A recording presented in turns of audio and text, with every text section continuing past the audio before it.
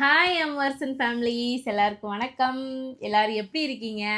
இன்னைக்கு நம்ம சேனலில் என்ன வீடியோ பார்க்க போகிறீங்கன்னா, ஒரு கமெண்ட்டுக்கான ரிப்ளை வீடியோ. அது ஒரு கமெண்டில் பல கமெண்டு. அதுக்கு கமெண்டில் நம்ம டைரெக்டாக ரிப்ளை கொடுக்கறது அதை விட வீடியோலேயே அதை சொல்லிடலாம். எல்லாருக்கும் எங்களை பற்றி தெரிஞ்சுதான் இருக்கும். அதுக்காக தான் இந்த வீடியோ. அது என்ன கமெண்ட் பார்த்தீங்கன்னா, சடனாக சொல்ல வேண்டிய கமெண்ட்டு. 2 பேருக்கும் திசை சுற்றி போடுங்க, இப்படிப்பட்ட கணவர் எனக்கு அமையவில்லை அப்படின்னு ஒரு சிஸ்டர் சொல்லியிருக்கீங்க. அப்புறம் நிறைய பேர் என்ன சொல்லியிருக்கீங்க, 2 பேரும் பொருத்தமான ஜோடி, இப்படி கனவு கிடைக்க நீங்கள் கொடுத்து வச்சுருக்கணும், இப்படி மனைவி கிடைக்க நீங்கள் கொடுத்து வச்சுருக்கணும் அப்படிங்கிற மாதிரி கமெண்டில் சொல்கிறீங்க. எங்களை பார்க்கையில ரொம்ப ஹாப்பியாக இருக்குது, பொறாமையாக இருக்குது, அந்த மாதிரிலாம் விஷயங்கள் சொல்கிறீங்க. அது கேட்கையில் எங்களுக்கு ஒரு ஆச்சரியமாக தான் இருக்குது. எங்களுடைய கடந்த வாழ்க்கை எப்படி இருந்துச்சுன்னு பார்த்தீங்கன்னா, சொல்கிற அளவுக்கு இல்லை, அந்த அளவுக்கு ஒரு மோசமான வாழ்க்கையில் தான் நாங்கள் 2 பேருமே இருந்தோம். நீங்கள் என்னை பற்றி பெருமையாக சொன்னது உங்களுக்கு பிடிக்கல, அதை பற்றி ஒரு பெரிய எக்ஸ்ப்ளனேஷன் கொடுக்க போகிறா. அதுதான் இந்த வீடியோ. ஓகேவா? ஷார்ட் அண்ட் ஸ்வீட்டாக சொல்லிட்டேன். இந்த வீடியோ இதுதான். Okay, continue. ஏன்னா இப்போ எங்களுக்கு ஆஃப்டர் மேரேஜ்ட்டு 9 வருஷம் ஆச்சு. இப்போ இந்த ஒரு ஹாப்பி எங்களுக்குள்ளே இருக்கிற ஒரு சந்தோஷம் எல்லாமே ஒரு கிட்டத்தட்ட ஒரு 3 வருஷத்துல தான் நாங்கள் இவருடைய மாற்றம் இப்படி, என்னுடைய மாற்றம் இப்படி. இதுக்கு முன்னாடி நாங்கள் 2 பேரும் எலியும் பூனையும் மாதிரி, கரெக்டு தானே? எலியும் பூனை மாதிரி தான் இருப்போம். கல்யாணம் பண்ண ஒரு 1 மந்த் ஒரு ஓகே அப்படிங்கிற மாதிரி இருந்தாலும் அதுக்கப்புறம் எங்களுக்குள்ள எந்த விஷயத்துலையுமே ஒத்து போகலை. அவ்வளோ மிஸ் அண்டர்ஸ்டாண்டிங். அந்த 1 மந்த் மட்டும் ஓகேவா இருந்துச்சு. அப்பெல்லாம் நான் புது பொண்ணு, என்னை இப்படி உள்ளங்கையில இது நிக்க வச்சு என்னை தாங்கினாரு. எல்லாம் டெக்னாலஜி. அதுக்கப்புறம் கை வலிச்சிருச்சு. பழைய பொண்ணாயிட்டேன். அந்த ஒரு ஏன்னா நான் வீட்டை விட்டு எங்களுடைய சேனலை கண்டினியூஸாக பார்க்குறவங்களுக்கு தெரியும். ஏன்னா நாங்கள் லவ் மேரேஜ் தான். நான் வீட்டை விட்டு அம்மா அப்பா வீட்டை விட்டு வெளியே வந்துட்டேன். ஸோ அந்தளவுக்கு எனக்கு இவங்ககிட்ட வந்தோடனே கேரிங் கிடச்சிச்சு, ரொம்ப சப்போர்ட். ஏன்னா நான் அம்மா அப்பாவை விட்டுட்டு வந்துட்டேன் அப்படிங்கிற என்னோட ஃபீலிங்ஸை நான் நினச்சிடக்கூடாது அப்படிங்கிற அளவுக்கு என்னை நல்லா பார்த்துக்கிட்டாரு. அப்புறம் ஒரு 1 மந்த் கழிச்சு ஃபேமிலி இஷ்யூ அப்படி இப்படின்னு சொல்லிட்டு எங்களுக்குள்ளே கொஞ்சம் மிஸ் அண்டர்ஸ்டாண்டிங் வர ஆரம்பிச்சிச்சு. ரொம்ப சண்டை. அப்புறம் ஒரு 1 மந்த் 2 மந்த்ஸ்லேயே சஞ்சனா கன்சீவ் ஆயிட்டா. அதுக்கப்புறம் பார்த்தீங்கன்னா சண்டை எங்கள் 2 பேருக்கு மயிர்பிடி சண்டை தான். அப்படி ஒரு சண்டை நடக்கும். இவர் என்னை போட்டு அடி தும்சம் பண்ணிடுவாரு. சம்டைம் நானும் கூட இவர் அடிச்சிருக்கேன். அந்த அளவுக்கு தான் இருந்திருக்கு. பட் எங்களுக்குள்ள பர்சனலாக அந்த சண்டையும் வந்தது கிடையாது. ஃபேமிலி இஷ்யூவாக தான் ஏதாவது ஒரு விஷயத்த இவர் ஃபேமிலி பற்றி சொல்ல, நான் எங்கள் ஃபேமிலி பற்றி பேச, இப்படியே 2 பேருக்கும் கொஞ்சம் முன்ன பின்ன கருத்து வேறுபாடுனால சண்டை வரும். அப்புறம் இவருக்கு ஏதாவது ஃபோன் கால் வரும், மெசேஜ் வரும். இதை நான் வச்சு கேட்க போய் எங்களுக்குள்ள அப்படியும் ஒரு மிஸ் அண்டர்ஸ்டாண்டிங் நிறையாவே நடந்திருக்கு. அப்போல்லாம் நான் யோசிப்பேன், என்னடா வாழ்க்கை, நம்ம லவ் பண்ணி கல்யாணம் பண்ணிட்டோம், பெற்றவங்க பேச்சு கேட்டு கல்யாணம் பண்ணியிருக்கலாம், என்னடா வாழ்க்கை அப்படின்னா ஒரு சூசைட் பண்ணிட்டு செத்து போயிடலாம் அப்படின்னு கூட தோணும். என்னடா இல்லை விட்டுட்டு போயிடலாமா, என்னடா வாழ்க்கை, இவனா என்னடா ஆளு அப்படின்னா நான் யோசிச்சிருக்கேன். அன்னைக்கு நான் குங்குமத்தை அழிச்சதுக்காக மேபி இவரும் கண்டிப்பாக அவர் இந்த வார்த்தையை இவர் யோசிச்சிருப்பாரு.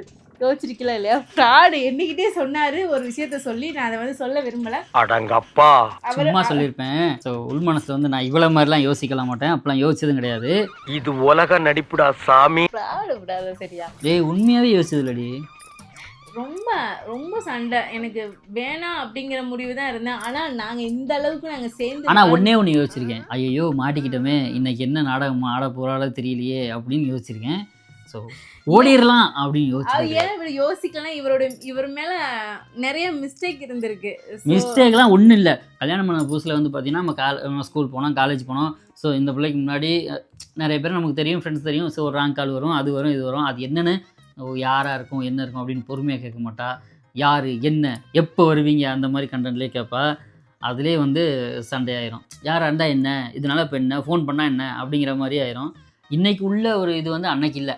இன்றைக்கி உள்ள ஒரு ஃபியூச்சர் அன்றைக்கி இருந்துச்சுன்னா, மெச்சூரிட்டி இல்லை, ஃபியூச்சர் இருந்துச்சுன்னா, லோன் கேட்டு ஃபோன் பண்ணுறாங்கடி, ஜியோ சிம்மு ரீசார்ஜ் பண்ணலைன்னு ஃபோன் பண்ணுறாங்க, இல்லைன்னா யாரோ ஏதோ ஒரு கம்பெனி கால்றி அப்படின்னு சொல்லி சமாளிச்சிருப்பேன். அன்றைக்கி அந்த மாதிரி ஆப்ஷன்லாம் இல்லை. அன்றைக்கி எங்ககிட்ட இருந்தே பட்டன் ஃபோன் தான். அதனால் அந்த மாதிரி ஆப்ஷன் இல்லை ஸ்மார்ட் ஃபோன் வச்சுருந்தாரு. நிறைய வீடியோஸு ஃபோட்டோஸ்லாம் நிறைய மாட்டி இருக்கிறாரு. அவர் ரொம்ப சண்டை நடக்கும். ரொம்ப சண்டை. நான் வந்து வாழ்க்கையில வந்து நான் இவர் இடத்துல இன்னொரு பொண்ணு இருந்துருந்துச்சுன்னா கண்டிப்பா என்னைய மாதிரி இந்த பிள்ளை அட்ஜஸ்ட் பண்ணிட்டு வாழ்ந்துருக்குமா அப்படின்னா கண்டிப்பா ஒரு கொஸ்டின் மார்க் தான். ஆனா நான் யோசிச்சிருக்கேன், இப்படிப்பட்ட கணவர் வந்து எந்த பொண்ணுக்குமே வந்துடக்கூடாது. இப்போ நீங்க சொல்றீங்களே இப்படிப்பட்ட கணவர் கொடுத்து வைக்க நீங்க கொடுத்து வச்சிருக்கணும், எங்களுக்கு இப்படி அமையலைன்னு. ஆனா நான் வந்து கடவுள்கிட்ட வேண்டியிருக்கேன், அந்த சூழ்நிலையில இப்படிப்பட்ட கணவர் வந்து எந்த ஹஸ்பண்ட் எந்த ஒரு பொண்ணுக்கு வந்துடக்கூடாது, எனக்கு அமைஞ்ச வாழ்க்கை யாருக்கு அமையக்கூடாதுன்னு கடவுள்கிட்ட வேண்டியிருக்கேன். அந்த ஒரு சூழ்நிலை கடந்து வந்துட்டேன். பட் நாங்கள் வந்து இவ்வளோ நாள் வரைக்கும் நாங்கள் வந்து 2 பேருமே பிரியாமல் சேர்ந்துருந்ததுக்கு முதல் காரணம் என் பொண்ணு தான். என் பொண்ணு வந்து சடனாகவே எனக்கு வந்து தங்கிட்டா. கல்யாணம் ஆகிட்டு ஒரு மாதம் 2 என்னங்க உங்களுக்கு கஷ்டப்படுத்திட்டேனா? சாரிங்க. இல்லை, உன்னுடைய கருத்து சொல்கிறேன்னு சொல்லிட்டு என்னைய வச்சு செய்கிறா பார்த்தியா? இல்லை நான் வந்து அது வந்து முழுசாக சொல்லையில் நீங்கள் ஃபீல் பண்ணுவீங்க. என்ன முழுசாக சொல்லல? ஃபீல் பண்ண மாட்டீங்க. அது எனக்கே தெரியலையே, அதான் முடிச்சு விடு. ஆனால் நாங்கள் வந்து பிரியாததுக்கு காரணம் சஞ்சனா தான். ஏன்னா சஞ்சனா வந்து சீக்கிரமாகவே எனக்கு புள்ள உண்டாயிட்டா. 3 மாதம் உனக்கு சீக்கிரமா? பாத்தியல பகவானுடைய பவர். ரொம்ப பிரேக் இல்லைல்ல, அந்த ஒரு ஃபைட் அந்த ஸ்டேஜ் நடந்துட்டு இருக்கையில சஞ்சனா உண்டாயிட்டா. அதோட என்ன ஒரு பிரச்சனைனாலும் குழந்தைக்காக தான். அப்போல்லாம் இந்த சண்டை விஷயமா அது வந்து ஒரு வீட்டு அளவுக்கு போயிடுச்சு. எங்கள் அம்மா, எங்கள் அப்பா, எங்கள் அம்மாச்சி இந்த அளவுக்கு போயிடுச்சு. ஒரு அடிச்சிட்டாரு. நான் அழுதுட்டு போயிட்டேன். சஞ்சனா அப்போ இடுப்பில் இருந்தால் அந்த வயசு கரெக்டு தாங்க.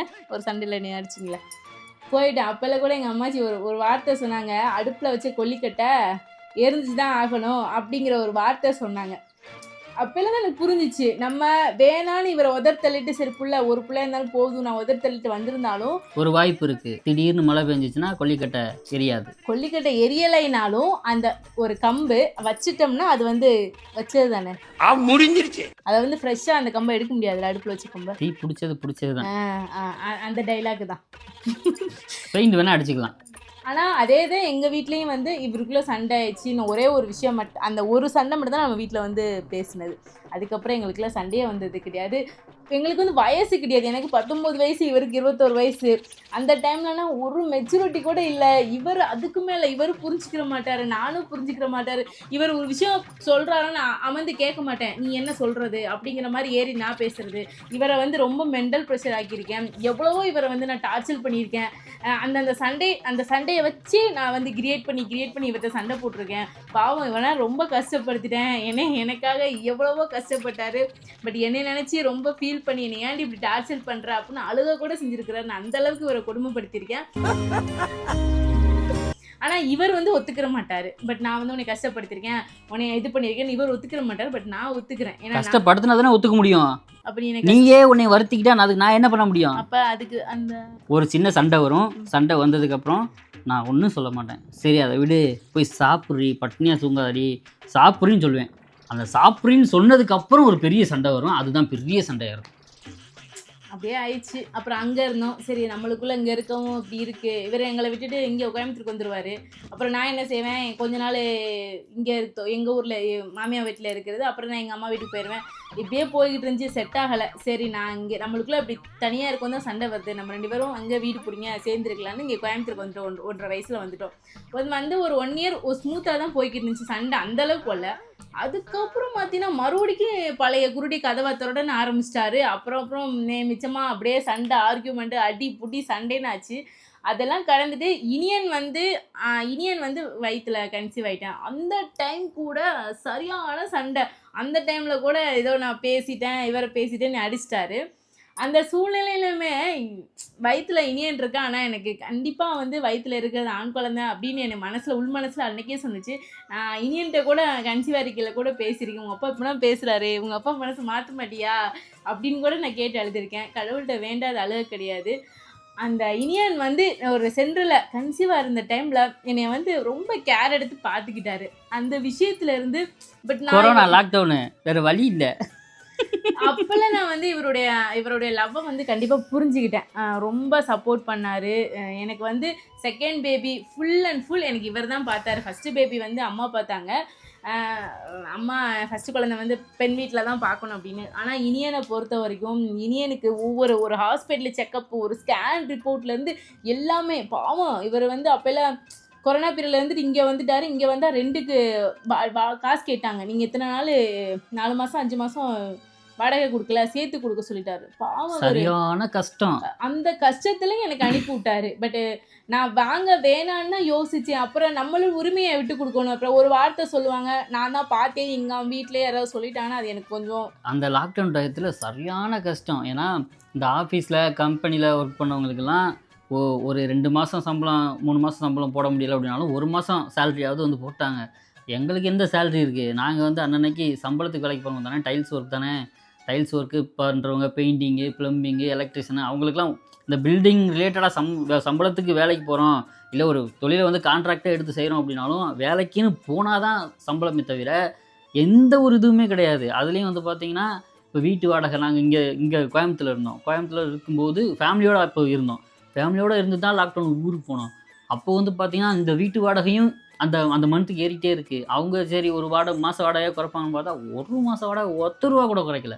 வந்து திருப்பி நான் வேலைக்கு வந்து மறுபடியும் அதையும் கொடுக்கணும். இதில் அந்த மொத்த வாடகையும் சமாளித்து அப்புறம் இந்த பிள்ளைக்கும் கொடுத்துட்டு அப்போல்லாம் நம்மளோட சேனலே இல்லை. அப்படியே போயிட்டு இருந்துச்சு. என்னடா பண்ணுறது, ரொம்ப கஷ்டம். அதுவும் வேலைக்கு போகும்போதும் பார்த்தீங்கன்னா கட்டுப்பாடுகள் தான், விதிமுறைகளோடு தான் வேலைக்கு போகணும். அதுவுமே ஒரு சில நேரம் வேலைக்கு போகிறது, ஒரு சில நேரம் வேலைக்கு போக முடியாத சூழ்நிலை ஆயிடுது. அந்த மாதிரி போச்சு. அந்த கஷ்டத்துலையும் சரி ஓகே அப்படின்னு போயிட்டே இருந்துச்சு. அந்த கஷ்டத்துலையும் என்னையும் பார்த்துக்கிட்டாரு, இனியனையும் பார்த்துக்கிட்டாங்க, வயிற்றுல இருந்த இனியனையும் பார்த்துக்கிட்டாங்க. சஞ்சனாவுக்கும் ஸ்நாக்ஸ் சாப்பிட்றது நான் ஃபோன் பண்ணி கேட்டுருவேன். புள்ள பெத்தலை, பிள்ளைக்கு அனுப்பிவிடுங்க, அவளுக்கு ஸ்நாக்ஸ் வாங்கணும், செக்கப் போகணும், எனக்கு பார்க்கணும், ஒவ்வொன்றும் கேட்பேன். பட் எல்லாத்துக்குமே முகம் சொல்லிக்காமல் எனக்கு எல்லாமே கேர் எடுத்து பார்த்தாரு. அதுக்கப்புறம் டெலிவரி டைமில் என் கூடவே இருந்தாங்க. கரெக்டாக 1 மாதம் 30 நாள் கழிச்சு என்னை இங்கே கோயம்புத்தூர் கூட்டிகிட்டு வந்துட்டாங்க.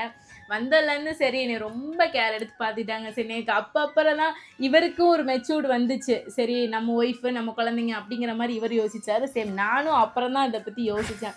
ஒரு பர்த்டே ஸ்டேட்டஸ் வைக்க மாட்டார், ஒரு வெட்டிங் ஆனிவர்சரி ஸ்டேட்டஸ் வைக்க மாட்டார், குழந்தைங்க பர்த்டே ஸ்டேட்டஸ் வைக்க மாட்டார். எனக்கு அதெல்லாம் ஃபீலாக இருக்கும். மற்றவங்க நம்ம ஃப்ரெண்ட்ஸ், இப்போ என் ஃப்ரெண்ட்ஸ் சர்க்கிளெல்லாம் ஸ்டேட்டஸ் வைக்கல, நான் ரொம்ப மிஸ் பண்ணுவேன். சரி நம்மளனா இப்படி வந்து நம்ம ஒரு ஹஸ்பண்ட் கிடைக்கலையே அப்படின்னா மிஸ் பண்ணுவேன். ஆனால் இனியன் பறந்துட்டு ஆப்போசிட். வாழ்க்கையில் எவ்வளவோ கஷ்டங்கள், காசு, பணம், எங்களுக்குள்ளே 1008 கவலைகள் இருந்தாலும் பட் எங்களுக்குள்ளே இருந்த எந்த சூழ்நிலையிலுமே என்னை வந்து அவர் விட்டு கொடுத்தது கிடையாது, அவரே நான் விட்டு கொடுத்தது கிடையாது. இந்த லவ் தான் எங்களை வந்து இந்த அளவுக்கு நிப்பாட்டி இருக்குது. அது வந்து 100க்கு 100 உண்மை. ஆனால் நான் இந்த சூழ்நிலையை நான் பிரிஞ்சு போகிறது காரணமும் என் பொண்ணு தான். அந்த இடத்துல என் பொண்ணு இல்லை அப்படின்னா கண்டிப்பாக என் வாழ்க்கை தசை மாதிரி போயிருக்க கூட வாய்ப்பு இருக்குது. நீங்கள் ஒத்துக்கிறீங்களா இந்த வார்த்தையை? நான் வந்து அவ்வளோ டார்ச்சர் பண்ணியிருக்கேன். அதான் அந்த விஷயம் மட்டும் எனக்கு நல்லா தெரியும்.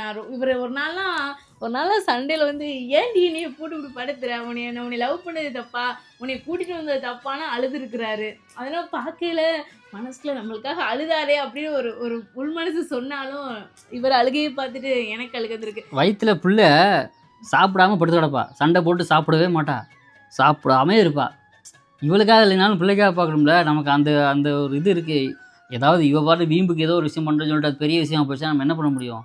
நம்மகிட்ட என்ன இருக்குது கூட்டிகிட்டு போய் பார்க்குறதுக்கு? அதனால் சாப்பிட வைக்கிறதுக்காக போட்டு கெஞ்சுன்னு கெஞ்சுவேன். வேலைக்கு வருவார், கேம் விளையாடுவார். இதுதான் அவருடைய ரொட்டேனாக இருந்துச்சு. இப்படி எங்கள் கூட டைம் ஸ்பெண்ட் பண்ண மாட்டார். அதுக்கு அப்போனா அதெல்லாம் டிலீட் பண்ணிவிட்டு எங்களுக்காக நீ இருக்கையில் ரொம்ப லைஃப் ஹாப்பியாக போச்சு. அதுக்கப்புறம் ரொம்ப ரொம்ப ஹாப்பியாக இருக்குது இப்போ வரைக்கும். இனிமேலும் அப்படி தான் இருப்போம் லைஃப்லாம், வயசானாலும் சரி. அப்படி தானே? நீங்கள் வந்து பார்த்தது இந்த 3 வருஷம் வாழ்க்கையில் தான் நாங்கள் வந்து இவ்வளோ ஒற்றுமையாக, இவ்வளோ ஒரு அனுநியமாக இருக்கோம். அதுக்கு முன்னாடினா அது இல்லை. ஓகே, இந்த விஷயத்த வந்து உங்கள்கிட்ட சொல்லணும்னு தோணுச்சு. அது அவ்வளோதான் வீடியோ.